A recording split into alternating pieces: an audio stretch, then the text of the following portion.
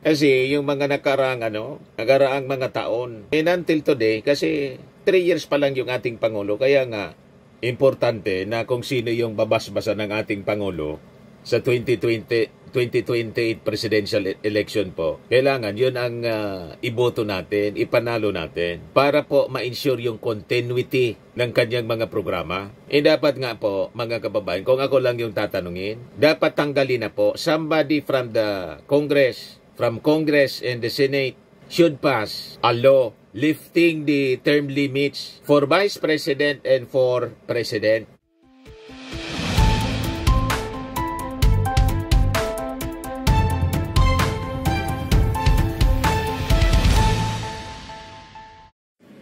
Napakasipag talaga mga kababayan ng ating Pangulong Bongbong Marcos. Ang aga-aga nasa Jensa na agad. Noong Wednesday, nasa Sapote Public Market para i-launch mga kababayan yung 20 pesos per kilong bigas. O di ba? Yung 20 pesos per kilong bigas na kinakagalit ni Sara Duterte kasi pagkaing hayop daw. Tuwang-tuwa mga kababayan yung mga tao doon, mga nanay. Sarap na sarap sila mga kababayan sa 20 pesos na bigas na pinintasan ni Sara na pagkaing baboy. So ang kinakain ng mga mahirap, pinapalabas ni Sara Duterte, mga kababayan, pagkaing baboy. But anyway, pag-usapan natin po ito na mga magagandang ginagawa ng ating gobyerno. But before that, click subscribe muna po mga kababayan dito sa ating YouTube channel and hit the notification bell para lagi po kayong updated sa mga kaganapan dito sa ating bansa. Like and share na rin po ninyo sa inyong mga kaibigan. Ako pala po si Dante Maravillas, isang Bicolano vlogger, broadcast journalist from Albay. Ito ngayon mga kababayan, napakaaga pa. Nagsagawa yung ating Pangulo ng tour and inspection of the General Santos Fishport Complex at nakipag-ugnayan siya sa mga fisher folk sa lugar. So sabi ng ating Pangulo sa kanyang pakikipag-dialogue sa mga fisher folks, with over 7,000 islands niya, ang Pilipinas must leverage its rich marine resources. Meaning, dapat lalo itong mapakinabangan ng mas nakakarami nating mga kababayan at umunlad palalo para makatulong sa mga pamilya ng mga mangingisda po. Gumanda ang buhay. So kailangan talaga ang suporta ng ating gobyerno. Kaya sabi ng ang ating Pangulong Bongbong, kailangan niya ma-modernize natin ang fishery sector kasi napaka-importante siya sa national food security natin and economic growth. Kaya sa kanyang pagbisita mga kababayan sa General Santos Fishport Complex, sabi ng ating Pangulo, ang kanyang administrasyon determinado to upgrade cold storage capacity. Napaka-importante yon para hindi mabulok yung mga iniimbak na mga isda, hindi malugi yung ating mga mangingisda po. Importante ang cold storage facility.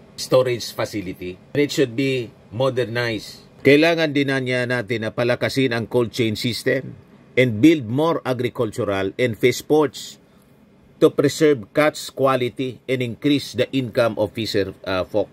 Nakita ninyo yung ating Pangulo. Advantage talaga po ang may alam.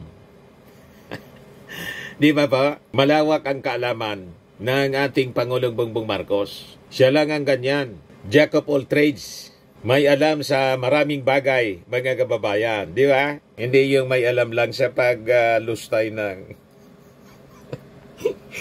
Alam na niya, Mr. Maravillas. Maalam maglustay. Pag hinahabol for accountability, galit. Hindi pwede ang ganyan, mga kababayan, sa gobyerno. Kaya sabi ng ating Pangulo, gagawin namin ang lahat para bubuhayin natin ang industriya ng fisheries.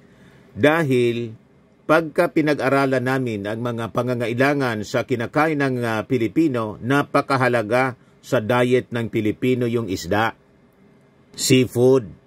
Tama po, napakayaman ng karagatan ng Jensan. In fact, Pati nga yung mga sinusupply dito sa amin, may mga galing sa Jinsan. Magagandang klase po ng mga tuna, malalaki po. So, importante talaga po na maasikaso ang mga storage facilities dapat maganda para hindi agad-agad mabulok or masira. He noted that while the Department of Agriculture has already constructed a major cold storage facility in the area, kailangan pa niya ng mas marami. Para naman niya masuportahan, hindi lamang yung cold storage, kundi yung buong cold chain. Para yung quality ng isda ay ma-maintain natin. So sabi ng ating Pangulo, plano niya na mag-construct ng mga additional fish in agri-ports and provide ice plank facilities para sa mga maliliit na landing sites, especially for boats that need to preserve their catch while out at sea. So ikakalat mga kababayan ang mga fish in agri-ports all throughout the area para madali na lang, hindi mahirapan yung ating mga mangingisda. So kahit maliliit na lang landing sites ng mga mangingisda, lalagyan po. Di ba napakaganda? So the President also backed the establishment of new fish testing facility in the port with focus on shrimp quality and histamine levels to meet international standards. Sabi niya sa mga mangingisda, kayo ang pag-asa ng agrikultura ng Pilipinas. Stressing the need to elevate the country's capacity not just to feed its population but to compete globally. Kasi yung mga nakaraang mga taon, and until today, kasi 3 years pa lang yung ating Pangulo, kaya nga, importante na kung sino yung babasbasa ng ating Pangulo sa 2028 presidential election po. Kailangan yun ang iboto natin, ipanalo natin para po ma-ensure yung continuity ng kanyang mga programa. Dapat nga po, mga kababayan, kung ako lang yung tatanungin, dapat tanggalin na po somebody from Congress and the Senate should pass a law lifting the term limits for Vice President and for President. Ibalik po yung dati. Nakita ninyo yung panahon ng kanyang tatay na naging 20 years po. Kaya lang, sigurado magsisirko-sirko naman sa galit yung mga dilawan at saka hybrid dilawan. Ang ibig nating sabihin ng hybrid dilawan, yung mga Duterte, hybrid kasi po sila. Kaya aros, parehas ang ugali ng mga dilawan, mapanira. Sige lang ang panira, pero pag inanapan mo ng trabaho, wala mang maipresenta. Inanapan mga po ng trabaho ni Yusik Castro, dapat niya mag-report siya. Kung hindi niya siya magre-report, baka niya walang natrabaho. You see, sayang talaga po yung pasweldo, mga kababayan. Sino niya, Mr. Maravillas, yung minimin mo? Alam niyo na kung sino. Yung atat na pumalit sa ating Pangulong Bongbong, hindi magapagintay. Gusto niya siya na. Di ba? Hindi nga naayos yung isang departamento.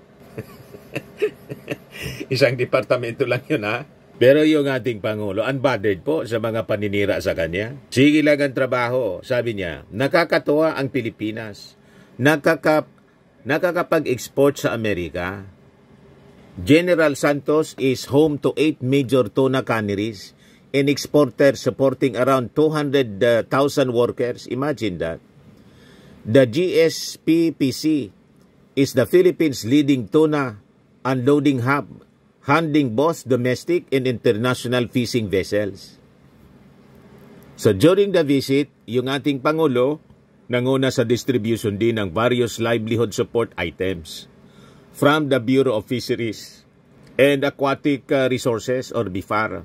Kasama doon yung mga fish aggregating devices, seaweed, farm implements, fishing boats, and processing equipment among others. Magkikita talaga natin, mga kababayan, yung sobrang pagmamahal ng ating Pangulong Bongbong Marcos sa ating mga farmers and fisher folks. At sa bawat mamamayang Filipino, lalo na po sa mga mahihirap. Di ba? Bawat komunidad Yan po sa yung ating baybayin Pangulo. at bawat Pilipino ay may lugar sa pag-angat ng ekonomiya.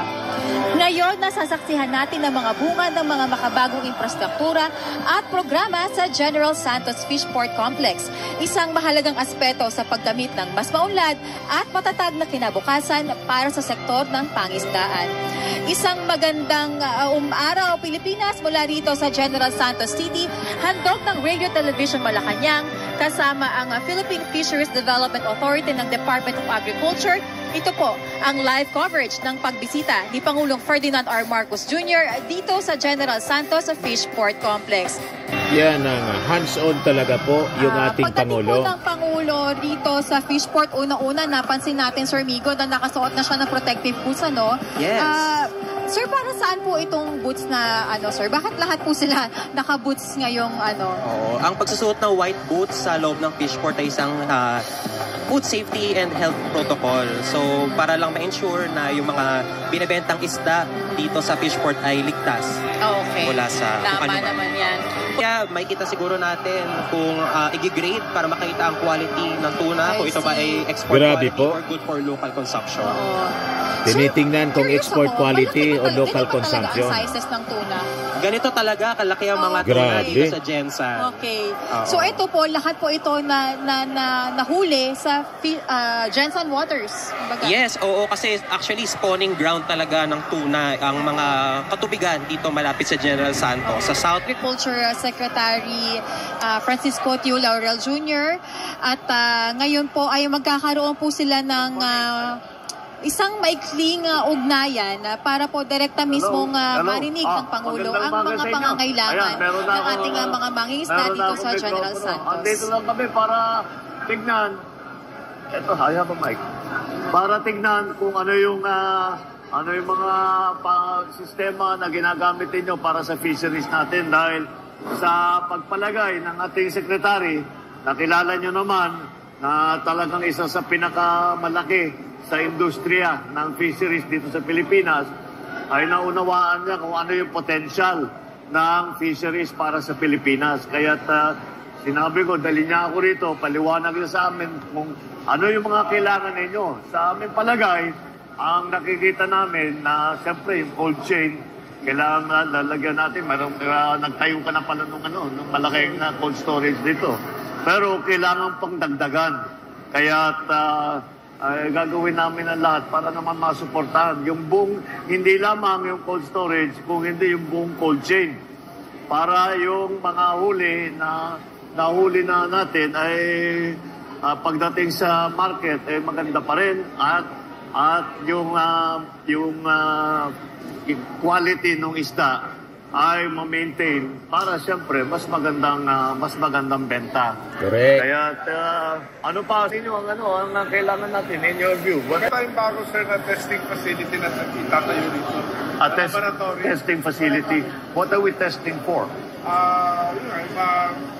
Histamine, fish quality, pati sa pang-shrimp. Testing for shrimp. Sa shrimp, oo.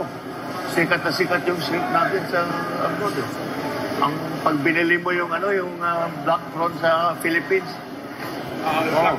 Black tiger prawn. Oo. Alright, sige. Maraming salamat at mabuti naman at nakadaan ako rito. At nakita ko, nakapunta na ako rito pero hindi pa ganito kalaki noon.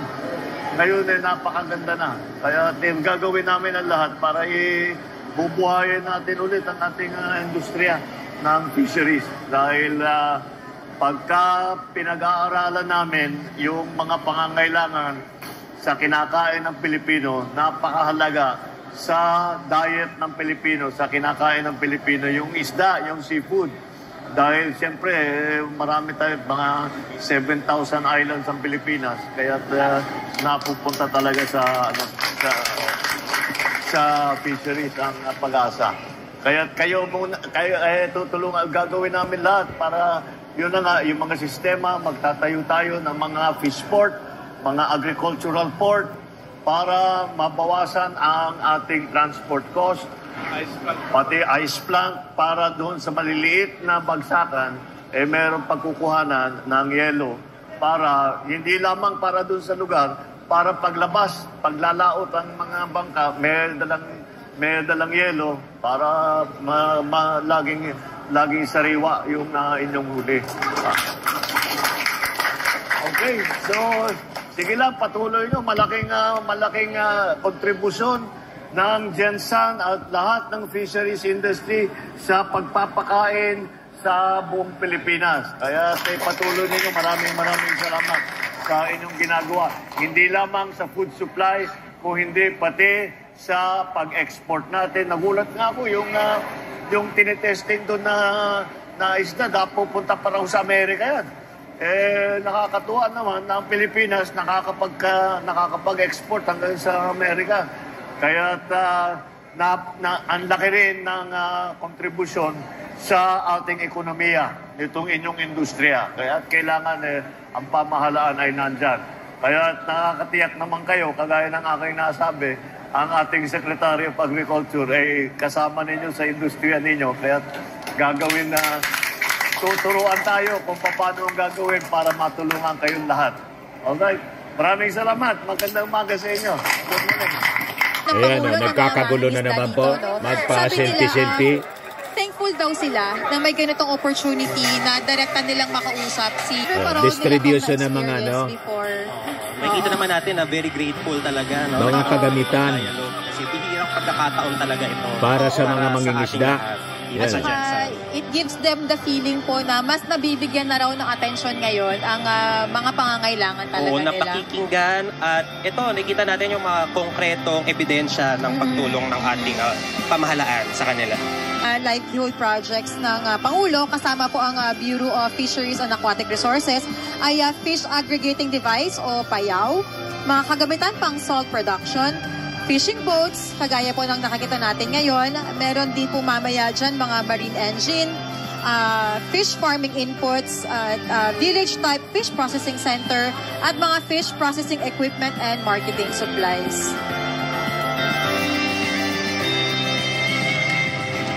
Santos Fishport Complex, yung canopy sa kanilang harapan ay bago lamang. At itong kinatatayuan nila na pier ay pinalalawak, pinatatatag para kayanin at tumagal pa ng maraming taon. Kasi sir, over the years, no, talagang gamit na gamit, very busy itong General Santos Fishport, ano? Oo, sabi mo nga kanina, 200,000 ang nasa industriyang ito ng pangisdaan dito sa General Santos. So, you can imagine yung dami ng mga vessels na nagdadock dito. Talagang magkakaroon ng mga instances na kailangan i-rehabilitate. At nandito ang PFTA para suportahan ang direktiba ng ating Pangulo dito. Either naitayo na or itinatayo pa lang sa kasalukuyan. For example, po nagkaroon na tayo ng cold storage, ano? Ano to? Parang rerentahan siya ng mga nagtitinda ng isda, ng mga mangingisda? Ganun ba ang proseso? Oo. Usually, may mga kumpanya na mga major fishing companies na naglo-locate sa loob ng fishport. Sila yung nag-occupy ng mga spaces sa loob ng cold storage facility. So, for example, dito sa ating tuna sa Market 1 unloading, saan pupunta yung isda pagkatapos? So usually doon dumediretso yung mga tuna sa mga processing center or sa cold storage para mas mapahaba pa yung kanyang kumbaga shelf life. Oo. Tsaka sir, within the complex, nung nag-ikot-ikot pala kami dito, hindi lang basta itong mga yung talagang tuna trading, pero di palang mga tindahan din dito na mga naka-vacuum pack na yung mga tuna. Yes, oo, kasi nga maraming mga processing center dito sa loob ng fishport. Dito na nangyayari lahat sa loob ng fishport, yung pag-process na rin ng isda. Kung sa isang bansang may masaganang ani, abot kayang pagkain at mas inklusibong pag-unlad para sa lahat. Muli po ako si Gab Baniket. At ako naman po si Nico Pilar mula sa Philippine Fisheries Development Authority. Maraming salamat po sa inyong pagtutok sa aming live coverage. Mabuhay!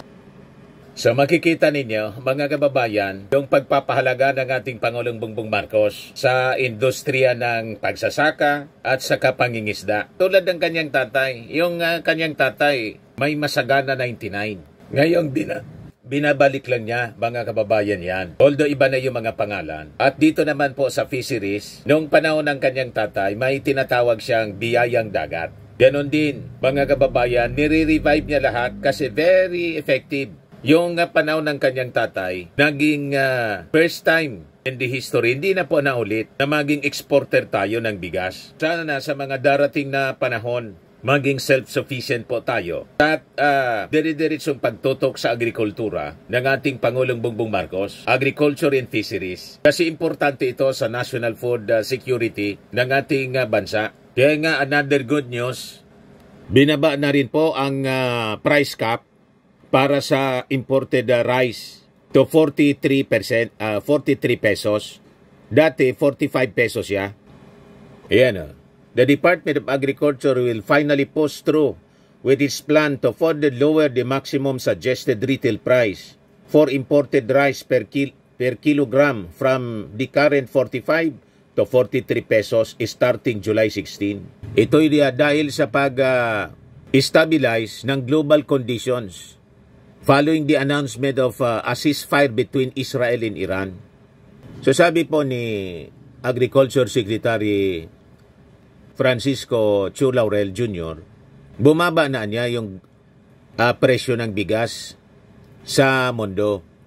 Kasabay ng pagbaba din ng presyo ng petroleum. So we are also seeing positive projections for record harvest from key producers like India, Pakistan, and Thailand. These developments could improve global supply and help pull prices further down. So as of Wednesday, yung mga imported regular milled rice, binibenta na between 33 pesos and 45 pesos per kilo, compared with 38 to 48 pesos per kilo noong January 20, the day the MSRP was first imposed. Base po sa price monitoring ng Department of Agriculture. Minimum suggested retail price po ang MSRP. So hopefully mga kababayan, tuloy-tuloy na mag-improve ang ating kalagayan sa supply ng bigas at mag-stabilize na po siya, hindi na iinit ang ulo ni Sara Duterte. Kaya lang si Sara Duterte galit pa rin kasi yung 20 pesos na bigas daw para lang sa hayop. Tingnan nga natin kung para lang sa baboy. Kaning baboy lang yung binibenta na 20 pesos per kilong bigas. Kasi nag-launch ng 20 pesos per kilong bigas yung ating Pangulo sa Sapote Market. Nagkaguluhan naman dun po yung ating Pangulo. Ayan po, yung ating Pangulo.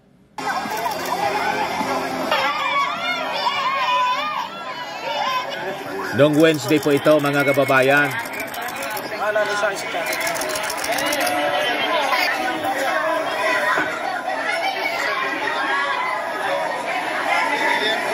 Nag-inspection siya ng presyo. Kumusta ang presyo ng mga bilihin sa Sapote Public Market?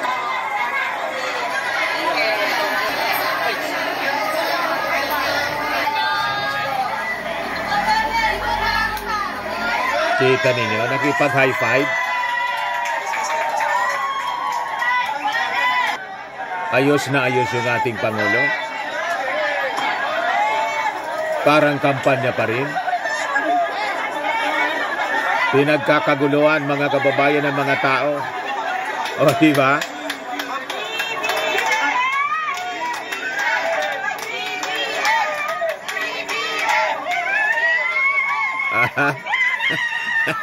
Hysterical yung isa.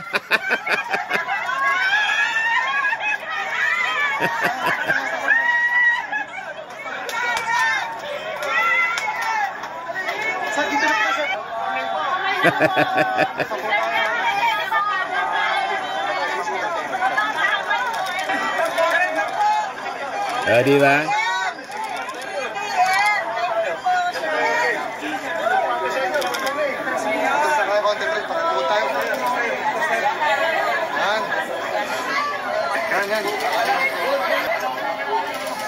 Lalaway na ako.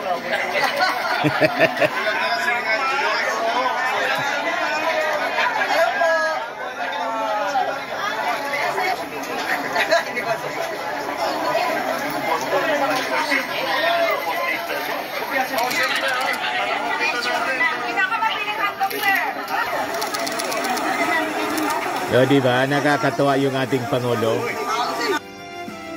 O, ito na yung 20 pesos na bigas. Mga kababayan, kadiwa ng Pangulo, 20 pesos na bigas.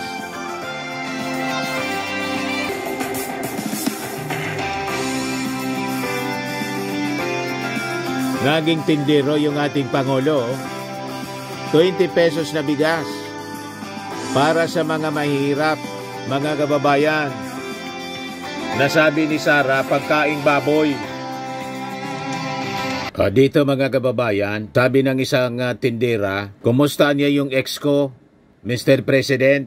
Sabi ni PBBM, sinong ex niya? Si Sandro niya. Sabi ng ating Pangulo, bakit mo inahanap si Sandro? Nandito naman ako. Yan o.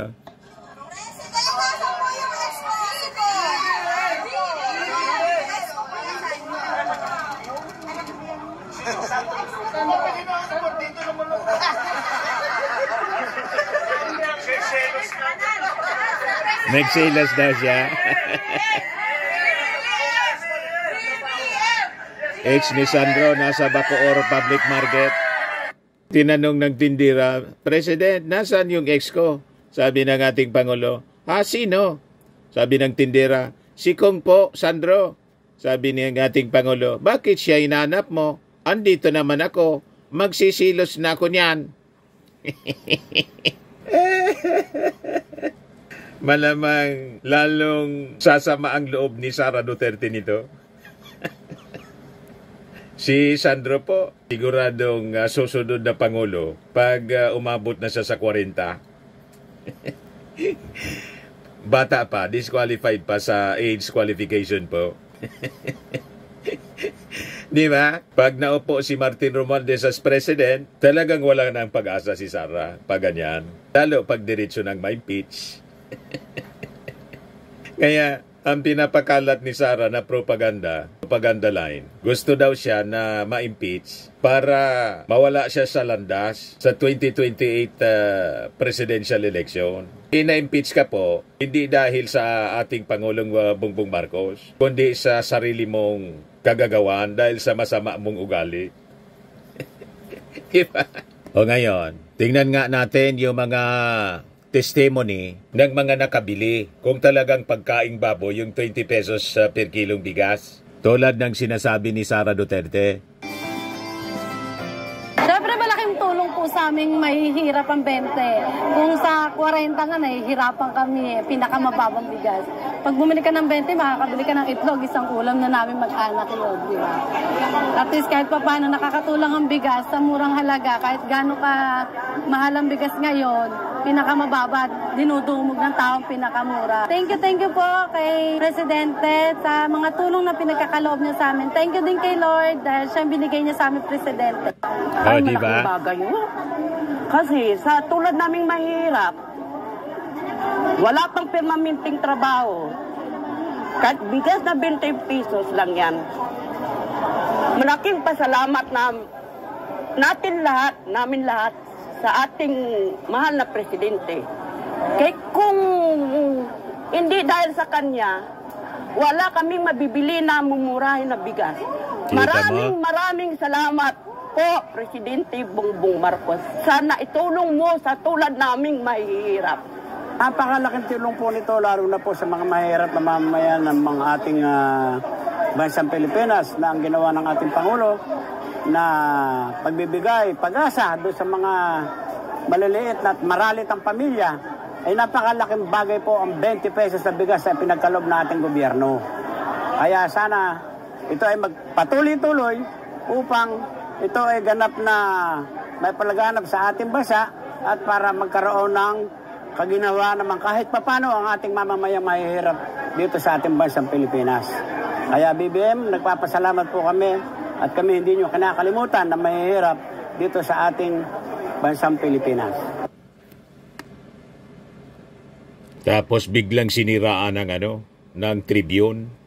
Poverty officially over, 43 pesos rise soon. Yun pala ang may-ari mga kababayan ng Daily Tribune, nabigyan ng posisyon bilang Meko ni Digong. Propagandista pala ni Digong. Hindi na lang kayo matuwa na natutupad na yung mga pangarap ng ating mga mamamayang Filipino, pangarap ng ating Pangulo. Di ba yan ang sinabi niya? Ang pangarap nyo ay pangarap ko. Binanatan ngayon ni Yayam Dizon yung Daily Tribune. Wow! Daily Tribune, what a profound display of elitist sarcasm, masquerading as witty commentary. You really outdid yourself this time, sneering at a 2 pesos price cut as if it's the root of all evil, while sitting comfortably behind keyboards that have clearly never touched mud or sweat in a palay field. Who knew poverty could be solved with punchlines in smug one-liners?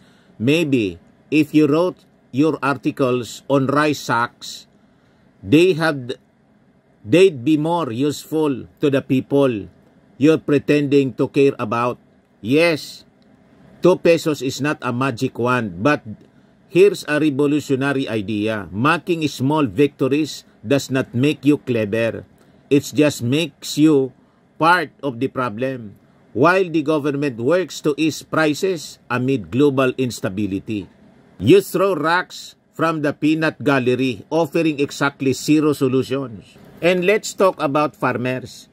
Don't pretend to stand for them when all of you do is weaponize their suffering to score cheap shots. The ones who are actually broken are those who think insulting efforts at progress or improvement somehow elevates their journalism. If your grand vision of helping the poor is making them feel even more hopeless through passive-aggressive snark, then congrats, mission accomplished. Now, excuse us. We'll take the 2 pesos stretch. 2 pesos, stretch it with dignity and more forward. Meanwhile, you can keep waiting for your imaginary revolution funded by clickbait and empty cynicism. By the way, who really owns the Daily Tribune these days? Could it be that powerful figure from the South who's always lurking in the background? Never mind. Let's not disturb the peace. Nines Cacho Olivares might just rise from her grave out of sheer embarrassment. Iyang Daily Tribune publisher kasi po, Duterte's appointee noong panahon niya. Yan o. Daily Tribune publisher is Duterte's new MECO representative, November 3, 2021. So alam niyo na kung bakit masama ang loob, laging negative, mga kababayan ang mababasa laban sa ating gobyerno. Tuta ng mga Duterte ang publisher ng Daily Tribune. Kaya laging negative. Kahit tama na yung ginagawa, maganda na kasi bumaba yung presyo at least 2 pesos from 45 to 43. Hindi pa rin sila masaya. Ang kita na ninyo, mga kababayan. Naging appointee po sa MECO. Kaya ang Daily Tribune po, laging bukang bibig si Bongo.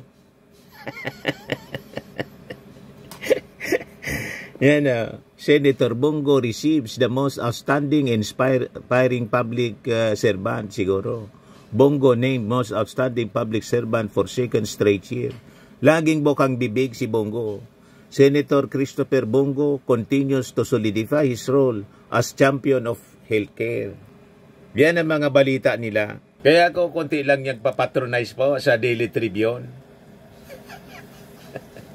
Kukunti man lang kasi po ang mga DDS, mga supporters ni Digong. Ang karamihan po, mga trolls, mga makina, mga AI. Nagpapakalat ng mga AI po. Sa mga naghanap ng malinis and spacious fitness gym, pumunta lang po kayo sa aming Colossal Fitness Gym. We also offer Grab Car Rental with our brand new 2023 model ng Toyota Innova. We also accept booking for those who are planning to travel via PAL, Cebu Pacific, and other airline companies, local and international, and bills payment for Meralco Bills, PLDT, Aleco Bills, etc. Ang Colossal Fitness Gym is located at 3rd floor Security Bank Building, Lanco Business Park, Legazpi City, Albay. For inquiries, look for Chilon Maravillas. Contact number 0966-802-0949. Yan yung aming Innova. Lagi na pong matao sa amin. Pati mga foreigners po, tingnan ninyo. Mga British tourists sila. Ang lalaki ng katawan na, mga kababayan, nag-gym sa amin. Ito naman po, Indian National. Ito mga mga European sila. Ito naman yung bago naming product na binibenta online, iGlow Serum. Whitening po siya galing sa South Korea. Tingnan ninyo yung epekto sa aking anak na architect entrepreneur, Riz Maravillas. For inquiries, look for Riz Maravillas on FB. Ito naman po, Firmax Firming and Lifting Cream. Pinapahid po ito sa mga pulses and affected area. Mahina po ito sa mga pains at paninigas na mga kasukasuan. Ito po, Automax Radiant Serum. Sa mukha naman yung application. Anti-aging po siya. You will look 10 years younger than your age. Ito naman po, mga kababayan, yung bago naming product na binibenta online. I Am Worldwide Amazing Pure Organic Barley Powdered Drink Mix from Australia. Endorsed by Miss Maritoni Fernandez, cancer survivor po. Ang mga health benefits niya, boost immunity, improves digestion, enhances energy levels, packed with antioxidants, prevent cancer. Sa mga inquiries ninyo, dumiretso na lang po kayo sa kanyang messenger, Riz Maravillas on FB. Sa mga mahilig naman po sa imported bags, contact na lang po ninyo si Madam Eileen Rosales, Eileen Closet, nakabase siya po sa Amerika. Yan po siya, mga kababayan. Ito naman po yung bago naming product na binibenta online. iGlow Serum, whitening po siya. Tingnan ninyo yung epekto sa aking anak na architect before and now. Yung mga inquiries po ninyo, dumiretso na lang kayo sa kanyang Facebook account, Riz Maravillas.